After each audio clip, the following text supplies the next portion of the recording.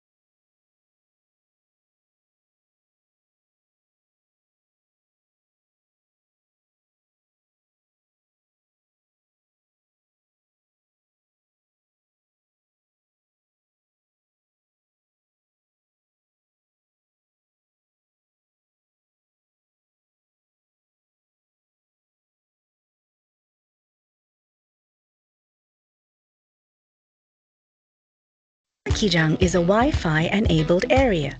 Please contact the event owner for the Wi-Fi password.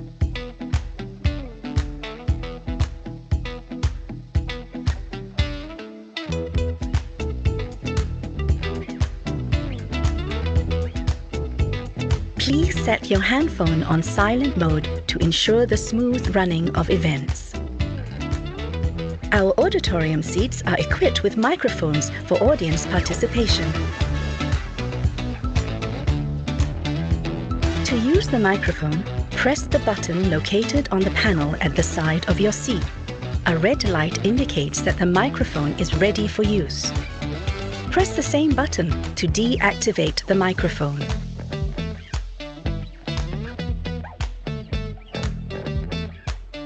Smoking is strictly prohibited indoors. Should you wish to smoke, please proceed to the designated smoking areas. In case of an emergency, please remain calm and follow the directions of the safety officer. In the event of a fire or bomb threat, immediate evacuation is required.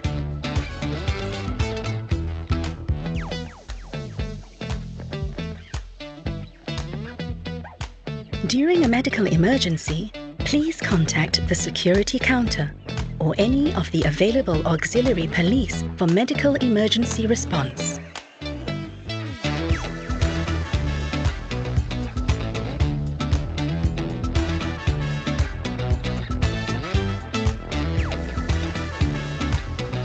Thank you, and we hope you enjoy your experience at Sasana Kijang.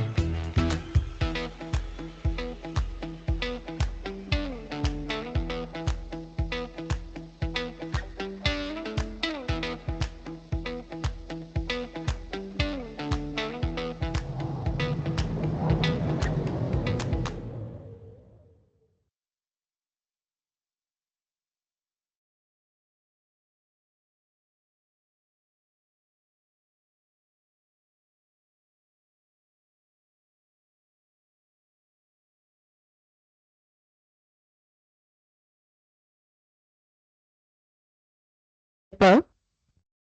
The first bell will ring as soon as the presenter begins their presentation. The second bell will ring 2 times to indicate the presenter has 2 minutes left to finish the presentation. The third bell will ring 3 times to indicate the end of the presentation session. After the presentation ends, the Q&A session will begin immediately. The allocated time given is 5 minutes, and the bell will ring 2 times to indicate the end of the Q&A session. For online attendees, you may submit your question in the Q&A tab. All presenters must adhere to the time set. Are kindly requested to be aware of your turns of presentation to ensure the smoothness of the presentation session.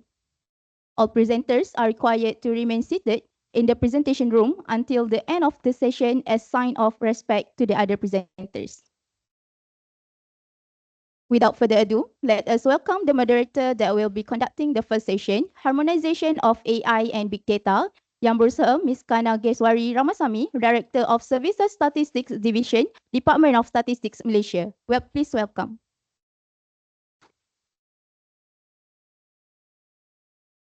Thank you. Terima kasih Puan MCM. Selamat sejahtera dan selamat tengah hari yang berusaha tuan-tuan dan puan-puan. Saya amat teruja hari ini lepas pergi study break untuk 3 tahun. After that I'm coming back again with all the educational papers. Wow, teruja to see Prof. Hapsa is with us today, with all of you also. So we are looking forward for today's session.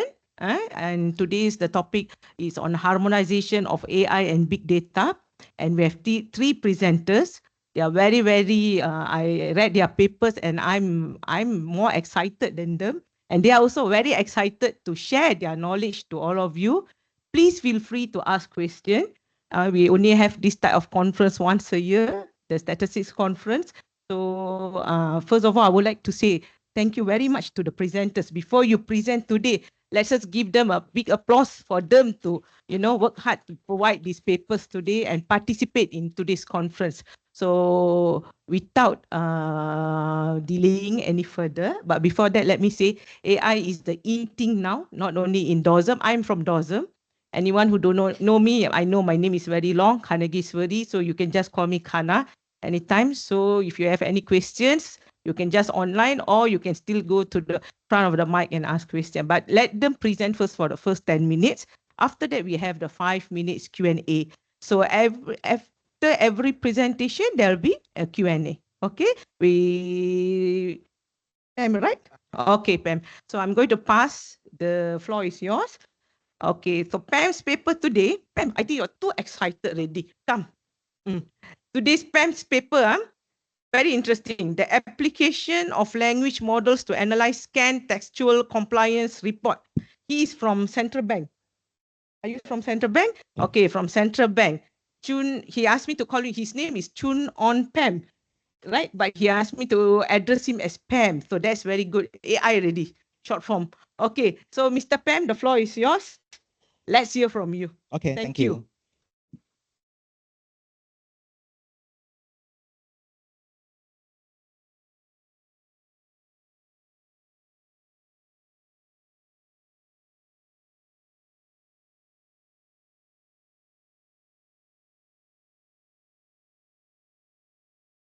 Hello, testing. Okay.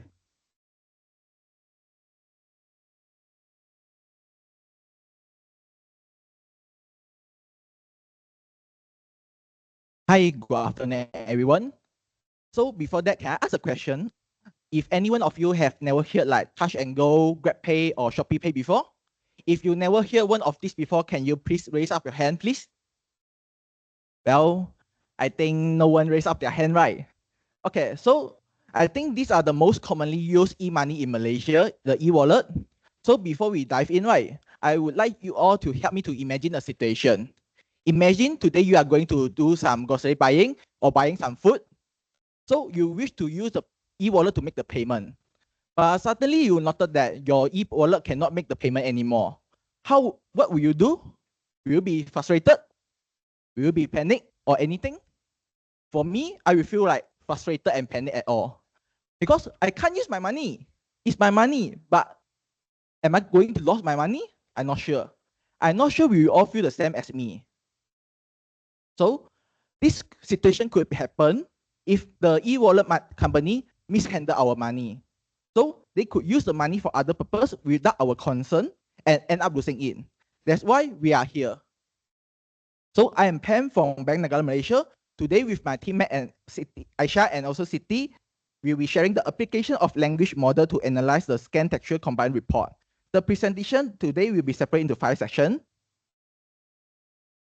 Motivation, that why we are doing this, data, what we are working on, methodology, how are we working, And result, what did we obtain?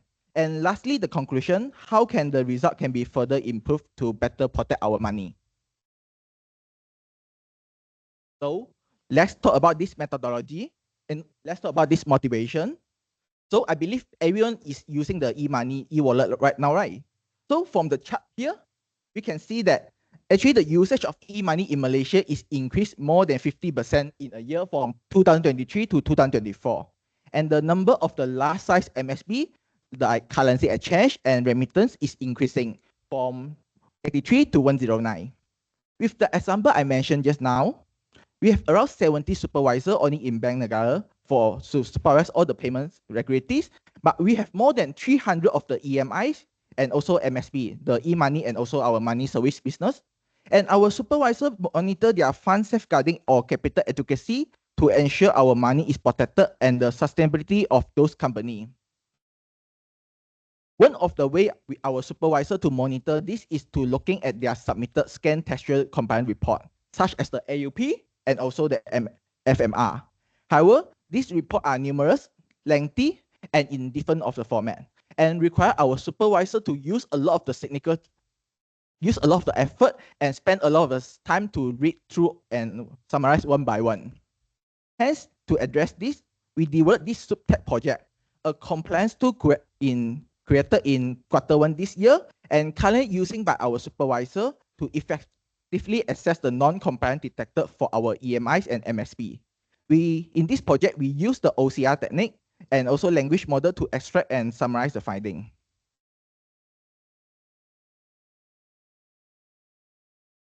Back to the data here, you might wonder what are the AUP and FMR, right? And also how numerous and lengthy this data can be. So here is it. Both FMR and AUP report are the assessment report done by our external auditor every year for our regularities. And EMI will submit the FMR, and then the MSB will submit the AUP. In the FMR, actually, we have the finding from the auditor on the customer balance of the funds in the separate account and the usage of these funds. If the balance is insufficient, do they timely top up in balance? And for the AUP, we also have the finding on the minimum capital fund, the designated account, and also the outstanding customer money. Over the past 2 years, we can see that we have accumulated more than 500 of the report, and the number of pages are different for each of the report. That's why it's using a lot of the effort for our supervisor to scan through all these single report. Furthermore, some of these reports are in table format, as we can see as the left-hand side, and some of the reports are actually in the text paragraph format, as in the right-hand side of the table. Now, let's move to the methodology, the method we use on this report to get the insight and our finding. With those scanned PDF documents, we will process those documents in using the PDF and image library, such as the PyMu PDF and Pillow, as they are not the pure text PDF or images. Thus, we will use all this library to read the PDF and convert this PDF into image one by one for each pages. Then also we will use the OCR, the optical character recognition, to extract the text from all those images. Maybe some of you are more familiar with the OCR here, then you might hear the text select before, right? So if you hear the text select before, you might know that text select is worked well to get the text paragraph extraction. But in our report show just now, we can see that some of the table are actually in our report. That's why to extract all this complex table format and table between the table, and also their inconsistent text format, we use more than one of the OCR engine, such as the image to table and also the paddle OCR to extract for our data. Then after that, for the extracted data, we will use the language models to summarize the content of the report for their finding.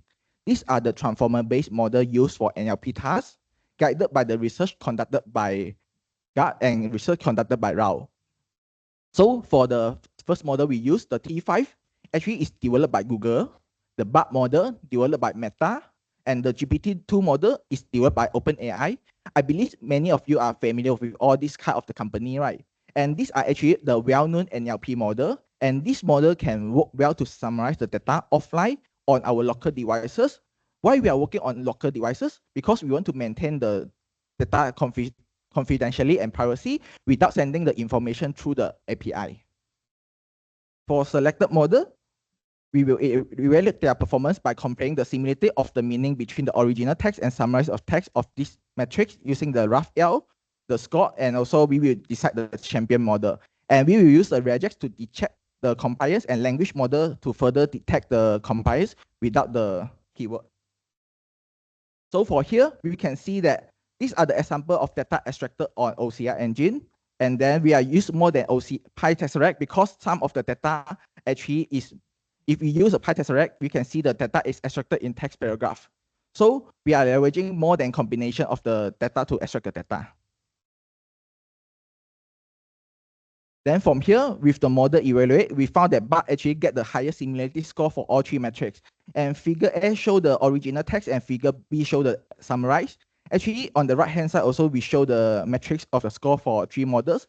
And we see the BART is outperformed for others models.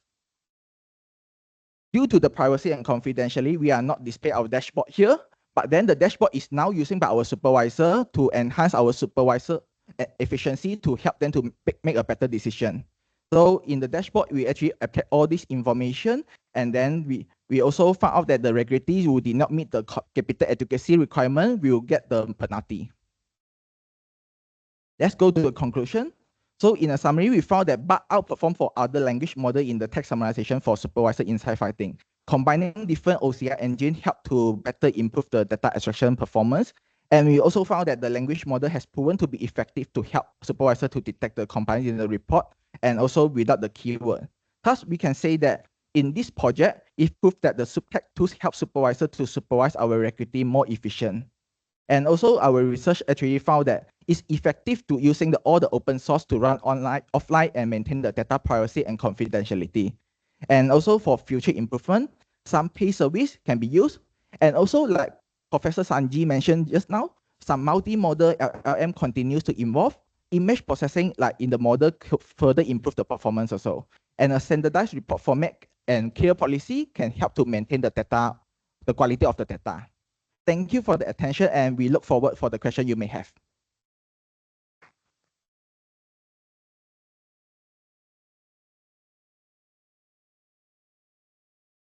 Much, Pam. Okay, first of all, I would like to say, before I proceed for the Q&A, welcome Yang Bahagia Datuk Seri Doctor, our Honourable Chief Statistician, together with us. He's so into the AI, so I'm looking forward from the audience. Any questions? Definitely, we want to know. For me, I will believe Pam before I go to the audience here, who are eager to ask questions about managing the database and also the confidentiality. Because this is such a huge transaction, and you said there's an increase of 50% compared to last year, right? So does this involve so much of cost, and how do you go about it? Can you explain a bit further on this? Yeah, just now when I mentioned the turnover for the data, right, that one is actually maintained by our Bank Negara in our database. And this one for this research, we more focus on the compliance report submitted by all the regulators. That's why in the compliance report, right, we do not have all those transaction data, but then we have the finding on for the auditor on this company, do they have any non-compliance on the certain condition that we limit to the regulators.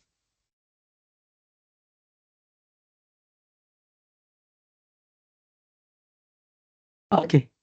Fauzan from UIAM, Universiti Islam Antarabangsa Malaysia. My questions, how you find this local language model? The problem with us, a lot of language model is biased towards English, Europeans, Westerns. How about local Malaysians, Malay, and so on in this region? Do you find any problem with that, or how big is it? Okay, I understand. For the compliance report, usually we get from our auditor will be in English. That's why we are not using in any Malay language compliance report. And all those models actually we downloaded from online. That after that we execute in our laptop offline. Dan soalan tambahan. Do you feel need to have the local language? How serious or how desperate we are to have our own local? For this one, I think their company are building all this open source model already. So actually, I think if you focus on all this technology news, right? I think for one of the company that Malaysia built for the LLM model, that actually we are allowed to use the Malay language for our LLM, and then it's actually right now working well on this also. That's why if you have no problem with all the privacy, you can try to explore all the Malay language model online already.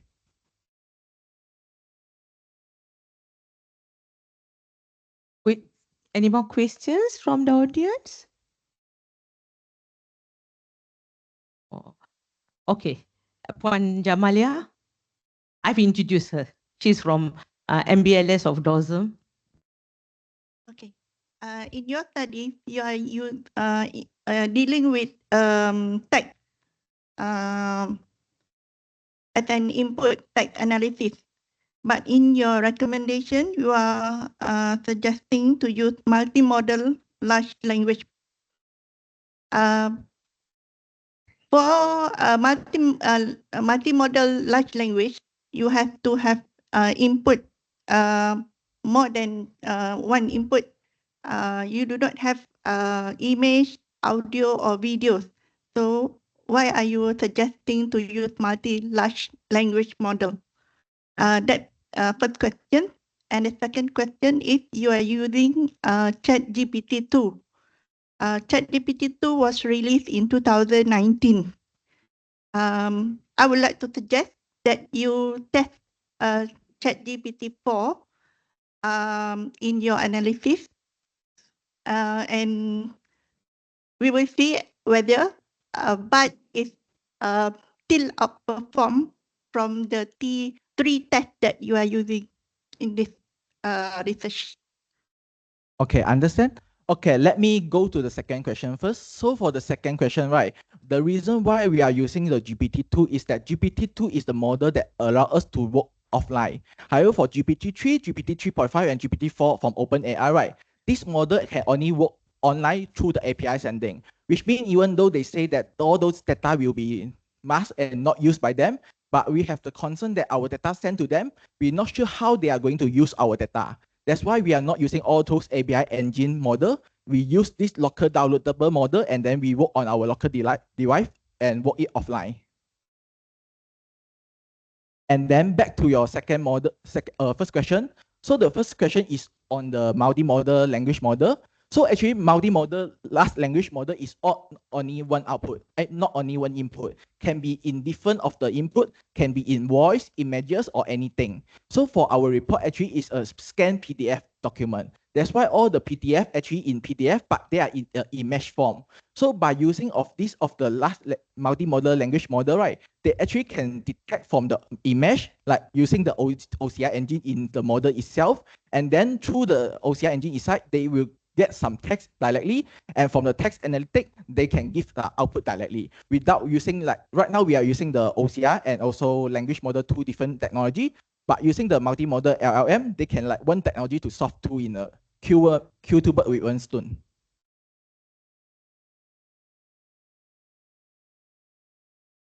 I think, Pam, that's very interesting. I think that's end of the session. I'm going to, I think, the rest of the Q&A, you can ask him personally after this. He's going to be with us until 5 p.m. today. Okay, Pam? So thank you very much. Now I'll go to the second presenter. Okay, thank you. Now the second presenter is Chan Kai Boon. He's from Sarawak and also currently at the Bank Negara. He has told me to address him as Kai. Okay, so his paper is very interesting today. It's about assessing AI-induced job displacement in Malaysia. I've read his paper. Definitely I have questions, and I believe the audience have many questions. On paper, sorry. Which one now? Assess that right? No, this one. Oh, Prof punya paper kan tadi? Prof, saya memang tertunggu-tunggu.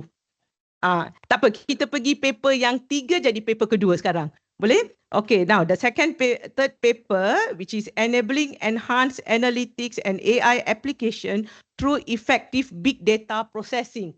From the speaker is Kai Boon Chang, which is Kai.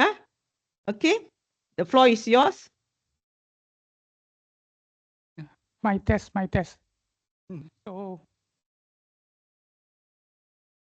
good afternoon, everyone. So, yeah, I'm a bit nervous. So, okay, Apple, it's my first time. Okay. Don't be nervous. I'm here with you. Okay, so thank you everyone for coming to this session, and then today I will represent the teams to present our paper with title Enabling Enhanced Analytics and AI Application Through Effective Big Data Processing. So even though here you see mine and my co-author are in different departments, but the work is completed during our rotation in Financial Intelligence and Enforcement departments. So without further ado, let me dive into the introduction. So as we know that AI and big data are not standalone technologies. So the integration of AI and big data is essential to managing, analyzing, and extracting meaningful insight from complex data set. Harmonization is a Harmonization is a critical pre-processing step in big data, particularly useful for AI application. Our study focused on a comprehensive strict address harmonization project involving 115 million data, and the goal is to group similar address across different STR, CTR. The STR means suspicious transaction report, and CTR means cash threshold report submitted by the bank to uncover hidden relationship between the entities. Who knows? There is a next YMDB. Yeah. So the graph on the right side is a demo of the results after our harmonization. So we managed to group similar addresses into a big network. Yeah. So next. Our harmonization process is a three-step process. So the first step will be data cleaning and standardization. So in data cleaning and standardization, the abbreviation, the common abbreviation were expanded to maintain consistency. So for example, TMN is Taman, JLN is Jalan. So we expanded the abbreviation. And then the next, we use regular expression to handle various address patterns. So for example, we separate the digit with the key with our special character, and then we also cleaning out the embedded postcode, because when in the raw data, there is one row for the address, and then we also have a row for the postcode. So, but in certain reports, the postcode is also embedded in the address itself. It becomes redundant, so we remove that for the data cleaning. And then next, after we remove after we did some data cleaning, we do address normalization. So what's meant by address normalization here is we remove the redundant town name embedded in the street address. So because the town name similar to the postcode, it appears also in the address so we need to clean it further to clean it. And then next, we extract the unique number from the address. So the address is very long, so we extract the unique number from the address. And then next, we also cross-validate postcode with the list of reference from the Post Malaysia. So the data is available online, is open source. The Post Malaysia release a list of postcodes, so we further validate with it. Then the last, we split the address into primary address and secondary address, because the address is very long. So when we want to compare it, it's too long. So we split it into primary and secondary. So then after the address harmonization, the next step is the similarity calculation and grouping.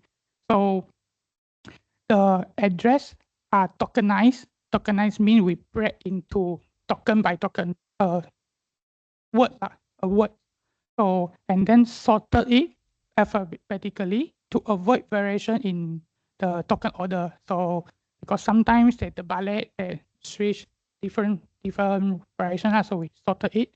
And then later on, we calculate the similarity score using the Levenstein distance. So the formula here you can see is like I keep forgot to press the yeah. So see the similarity score is 1 minus the Levenstein distance divided by maximum length of the string times 100. So and then the address with a similarity score about above 80% are considered similar and grouped together. So what is the Levenstein distance? So it is a distance to measure the minimum number of a single character edit required to transform one string to another. So there are three different variations that include insertion, deletion, and substitution. So for example, if we want to transform the kitten to sitting, then first we substitute the K with a S from kitten to sitten.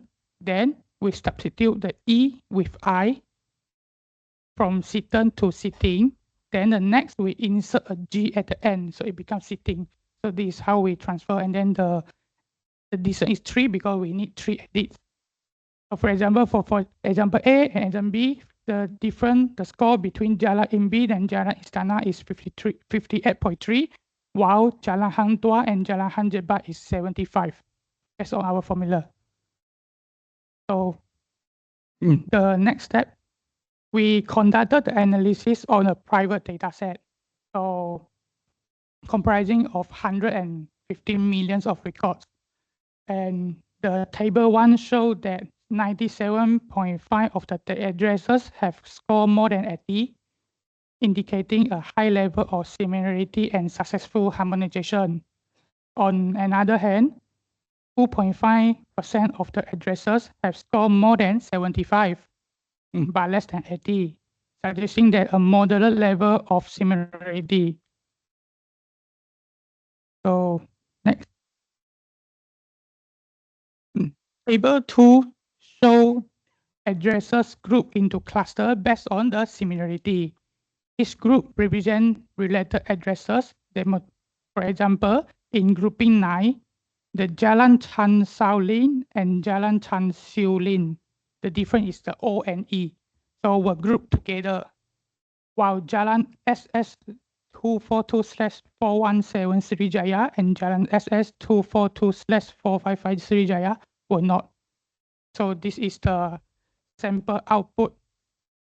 But we do note that here, because the sensitivity of data, the data shower are mock data. It's not the real one within our work lah. Yeah. So you guys might be okay. Maybe next. Okay. So one of our major challenges was the computational complexity of processing large data sets. This challenge aligns with similarity difficulties seen in our literature. And then table 3 show the challenges and proposed solution for them. We recommended that the future research should focus on enhancing computational efficiency to better handle complex datasets without sacrificing the performance. On the other hand, it's also important to address the ethical implication of big data processing and AI integration. We highly suggest that the collaboration between academia, industry, and regulatory body will be essential for developing best practice and standard in the future. Our findings provide a robust foundation and can serve as a benchmark for further study and real-world application. Our study also highlights the critical roles for high-quality data in AI application. By ensuring the quality of input data, we can significantly improve the performance and reliability of AI model.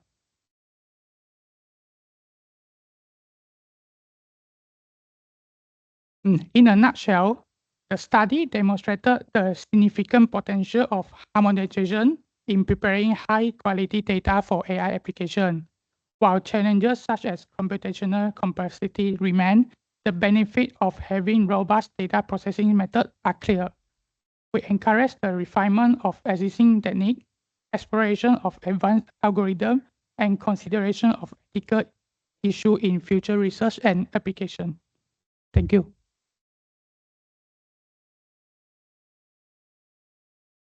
Thank you very much, Kai.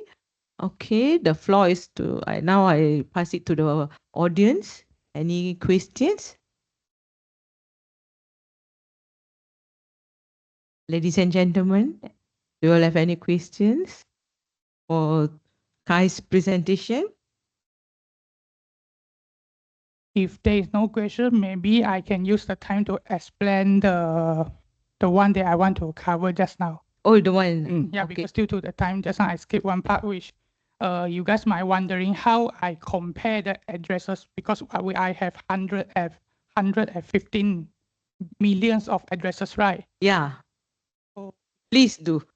Around Yeah, within 2-3 minutes. Yeah, Okay. boleh. Okay. So this part.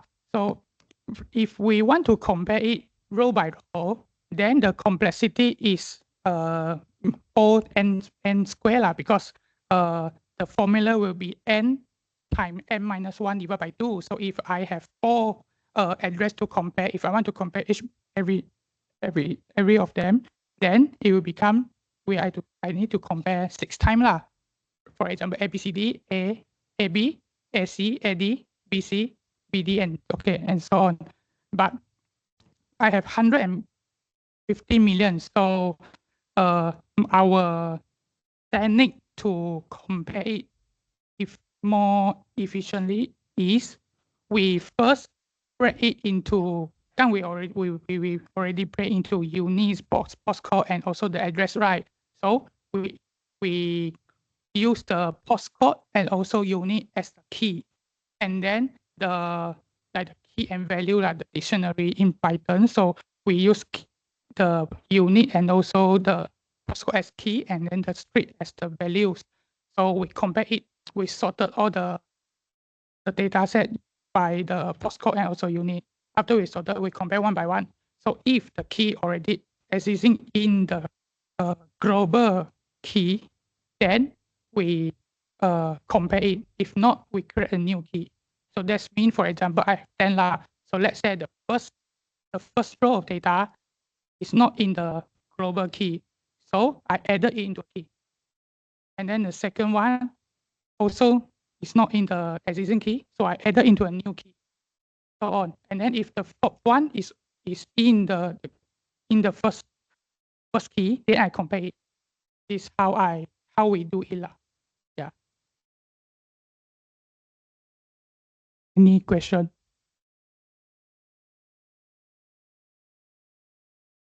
Can you use the...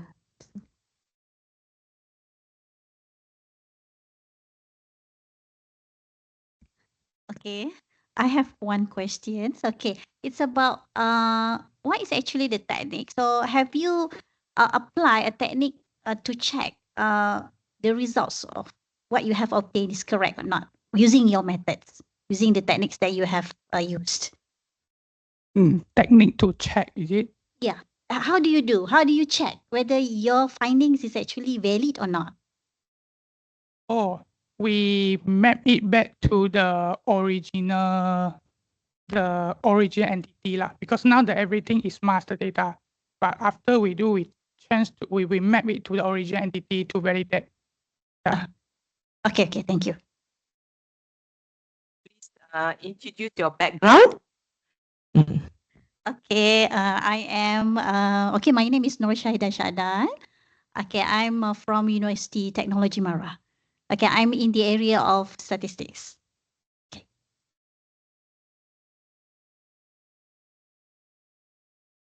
Any more? Oh, there's one more question. Please introduce yourself and also the institution you are from.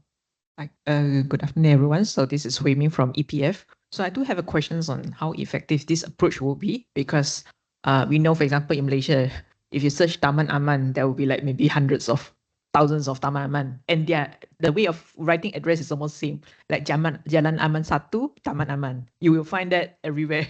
In every state, almost every district, you have Taman Harmony and all. They are quite similar.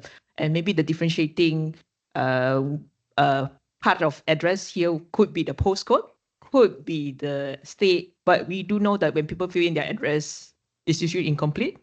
Sometimes with errors. So maybe it's they mean to enter 400 then, but becomes 700. Then that's another state, right?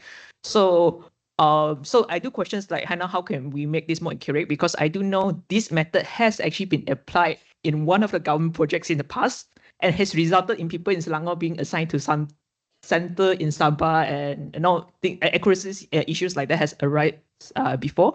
So how could we improve this method so that we can actually do something meaningful with this? Thank you. Thank you for your question. So your question is on how do we, due to the data issue, how do we ensure that the accuracy is it? Okay, so one could be the postcode, because we did validate the postcode with the list of postcode in Post Malaysia, and then while we doing the project, we didn't prioritize those broken postcode lah. Yeah, so we put it aside, and then we focus on the clean postcode addresses. But it's a very good question. Yeah.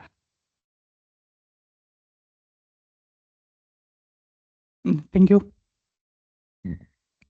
Mr. Kai, thank you very much. Now, can we give a big applause to him? A person who just came back from studies, believe me, I'm telling you, it's not easy to write a paper, and it's not easy to complete an article or even a thesis. So now I really value that. So thank you to all these people who are the academicians who have guided me since 2012. Thank you very much. Now we go to the third presenter, which I have said just now in the second session, just now the paper, right? So I'm definitely, we all are looking forward on this paper, Assessing AI-Induced Job Displacement in Malaysia, from Associate Professor Dr. Muhammad Arshad from International Islamic University, Malaysia. The floor is yours, Prof. The floor is yours, and let's hear from him. Thank you.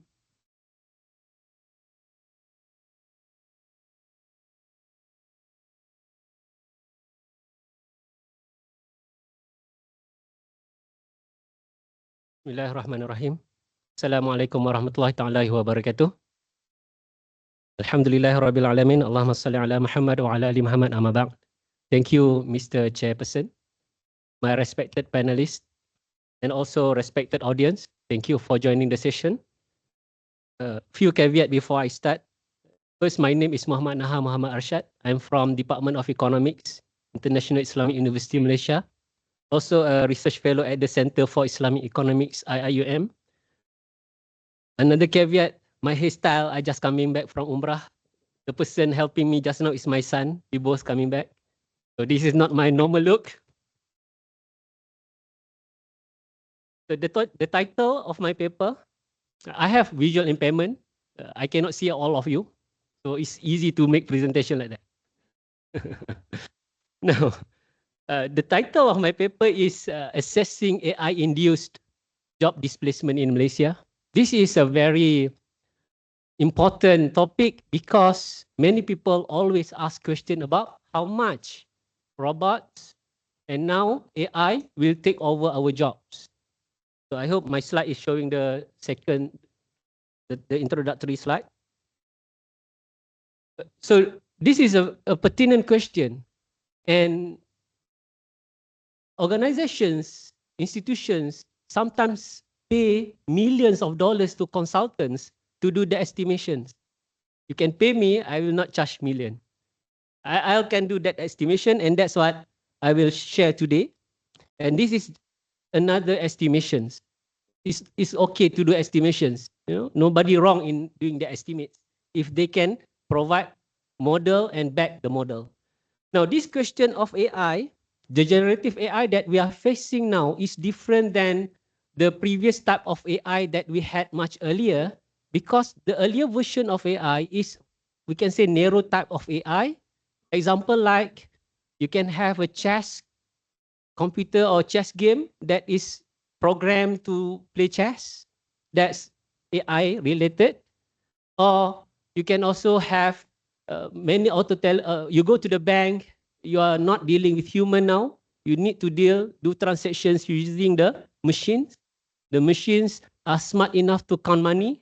You put counterfeit money or real Saudi coins, it will reject. So that's a narrow version of AI. And because of advancements of data, availability of huge data, advancement of microchip technology, and then the ability of input-output in machine learning has been improved. Now we are presented with this generative AI, not just through text, vision, and now audio. And this pose another threat to our jobs. Okay? The next slide. I want to address on the issue of job displacement. Job displacement means, here I'm talking about job displacement due to technological change, and in specific due to AI. Job displacement can also be attributed to other factors such as structural change to the economy.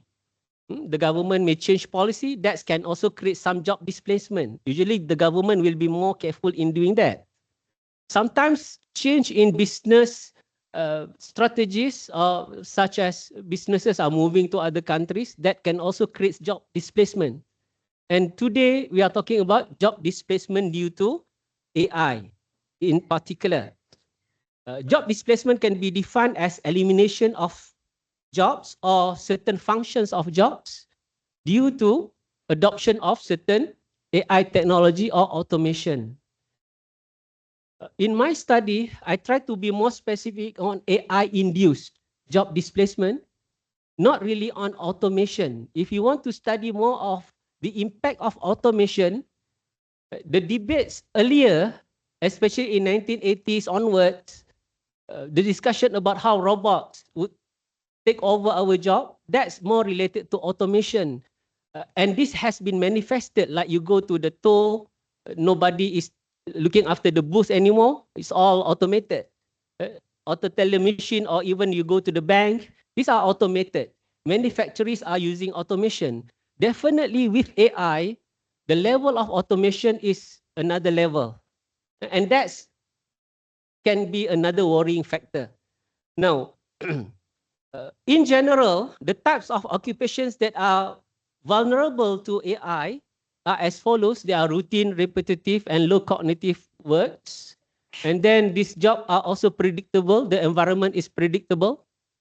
And also, there is also low complexity in the types of tasks involved, and also high standardization.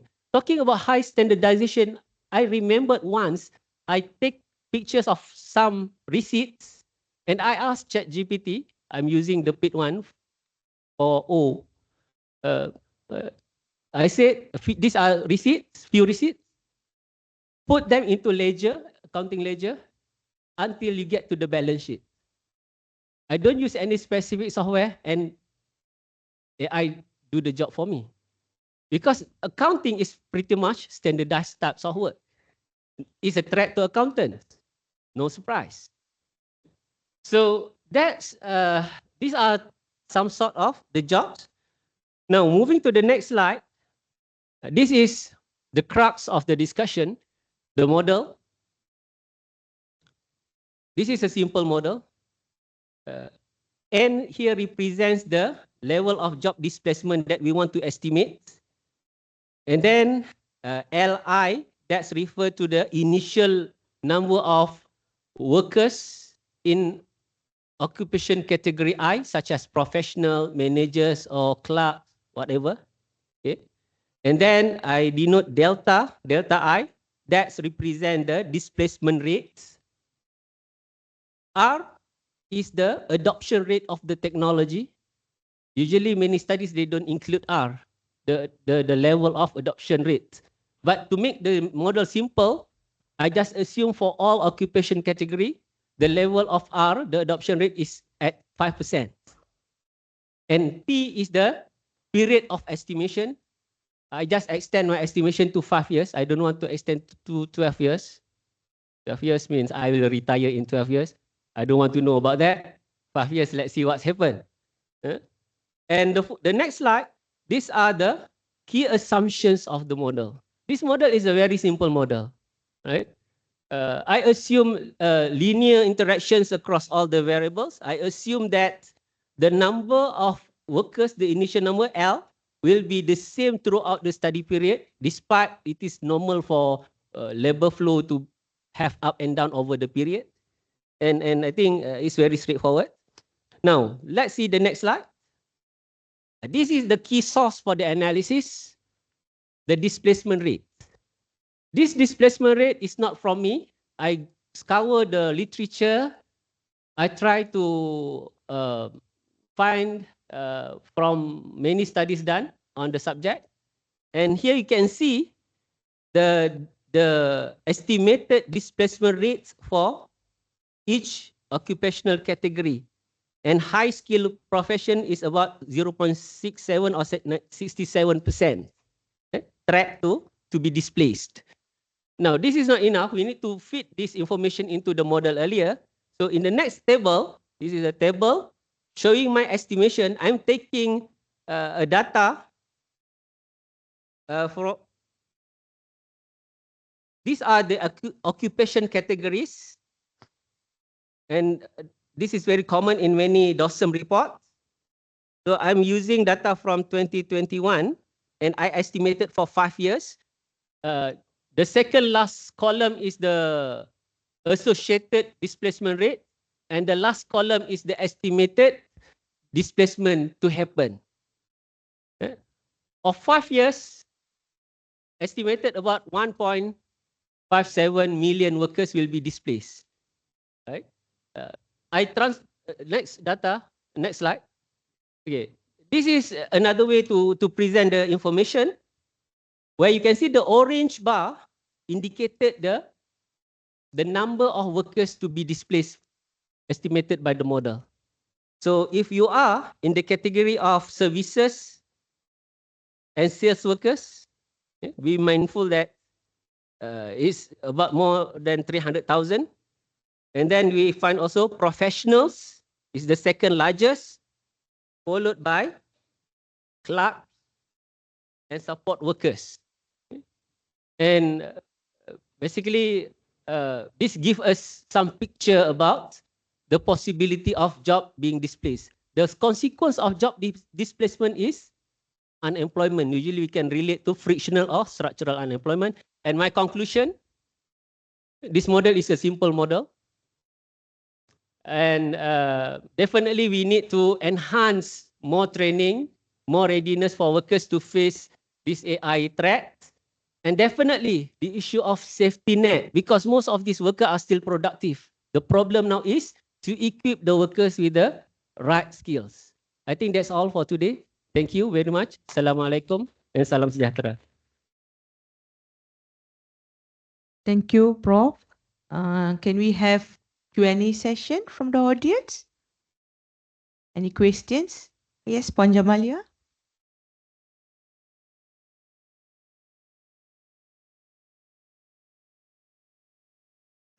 Thank you for the interesting presentation. But it will be more interesting if Prof can elaborate further on how to estimate the coefficient of AI job displacement, because it is an important step to know before we use the model. Okay, that's a very important question. And that's also the most difficult thing to do, because given many types of occupation category, you need to have a good data or even survey to find what's the displacement rate for each occupation category. To save time and cost, I look around and I found that there are many existing studies on that. You can see PwC, IMF also got a paper on that. Why not we take it from there and start something, build on that. Economists tend to do this type of jobs, we try to start from scratch and we ended up having something that then we ask what it is for. But this is a step from that level. Okay, thank you. Any more questions, audience? Yes, please. There's two. Wait,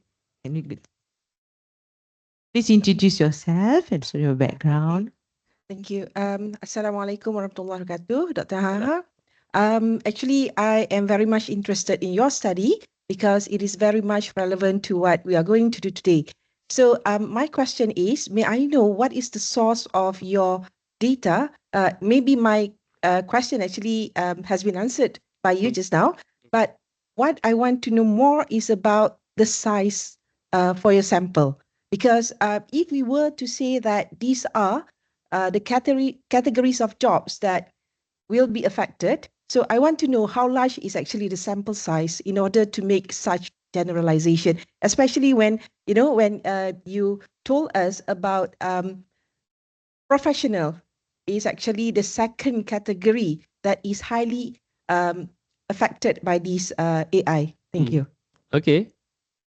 If you look at the table that I have earlier, all right, I don't have any sample size in particular because I get that information on number of workers for professional clerks from DOSM report 2021. And then I feed into the model. The model is ready to be applied at any, you can take data for this year professional level, you tweak a bit on the parameters for the models, then you can have your own estimation. Feel free to tweak the model. Sometimes people are afraid, this is not wahyu, you can tweak with it. Okay. I hope I explained that. We can have more conversation if that's not clear. It's too simple and people tend to think too hard about it. Yes, Assalamualaikum, Prof. Thank you for the talk. I'm Zeratul from University Technical Malaysia Melaka. I'm from computer science background. Two questions from me. The first one is related to the previous question. Interestingly, is professional. That is one of the most displaced based on your research. If there is any justification on that based on your research point of view. That's one. The second one is from what I read, the AI technology is actually what we call as disruptive technology at the moment, where it refers to a technology that basically change everything, the way how we do business, the way how we conduct life and so on. It's not new. Every decade or so, disruptive technology happens as we go through, let's say, the industrial revolution from 1.0 up until 5.0 now. Job changes, job displaced, and new job created. But AI disruptive technology is something massive. So, of course, there is some job displaced, but I think more new job will be created. As a researcher in this area, and also as academic as well, what should we prepare? Do you have any idea on what would be the new skill set for the future? Thank you. Okay, thank you. Two questions. The first question is on the issue of professionalism. I guess most of you are professionals and you're so worried about AI. The source of the information is available in table 1 and table 2 in my paper. I put every columns and rows there, my source of information, you can check on that. And the prediction on the job displacement, that's mainly come from IMF and PwC estimation. Okay, I don't think we need to redo it again because even in the context of Malaysia, you will find the effect of AI on the occupation categories would be relatively the same because lawyers here and lawyers in UK or India or computer science programmers especially will be much threatened by AI, right? So how to prepare ourselves against this force? I think as many people would say, if you cannot fight it, be friend with it. So equip ourselves with enough AI knowledge so that it can enhance our productivity and efficiency at work. The problem now, organizations, in my estimation, by the way, I estimate 5% adoption rate per year. So I'm taking 5 years estimation, it is about 25% AI adoption in 5 years period. Then you can see about 1.6 million job to be displaced. If we assume the organizations adopt much faster rate, then ask for better safety net from your government or from the company you are working with. I think that's how we can prepare. Right? I hope I answer that. Okay, I think my time is up. Yes, doctor. Okay, thank you very much. Okay, let's give a big applause to him. Now, the session has ended. You all have, audience have asked quite a number of questions. I'm sure you are looking forward to have a good lunch also. Being in the lunch committee, I assure you the lunch is good. So before we end the session today, let us give another loud applause to our speakers today. I am definitely honored to moderate today's session with all these smart, intelligent people. And definitely, audience, let me say today, ladies and gentlemen, AI is something we have to embrace. It's not something that we have to run away or being scared of. AI is the future and we have to embrace in our daily life. So let's move to it. Let's Malaysia become the hub of AI. So thank you very much. Thank you to DOSM and Bank Negara ISM for giving us the opportunity today. Thank you all. Thank you to all the committees also. And thank you to the wonderful speakers. Thank you very much. Ladies and gentlemen, allow us to express our deepest gratitude to the moderator and all of the presenters. Moderator and presenters are requested to take seats below for the next session.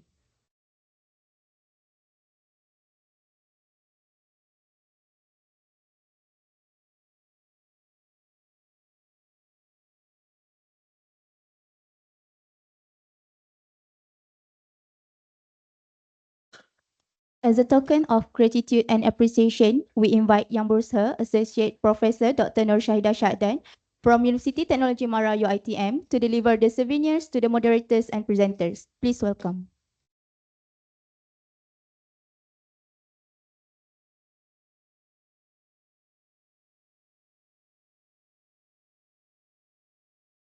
We invite Yang Berusaha Ms. Kanageshwari Ramasamy, Director of Services Statistics Division, Department of Statistics Malaysia, as the moderator to receive a token appreciation.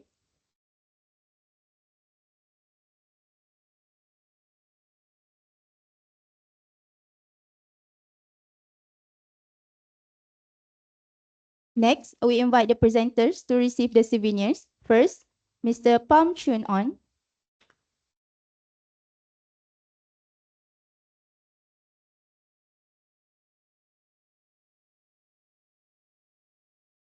Next, Mr. Chang Kai Boon.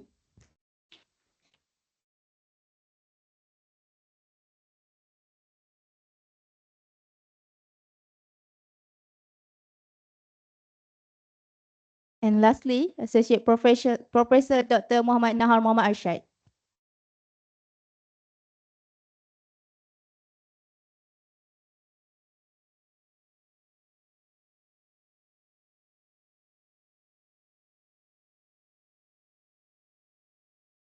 We express our gratitude to Yang Berusaha, Associate Professor Dr. Nur Syahidah Syahdan for the souvenirs giving.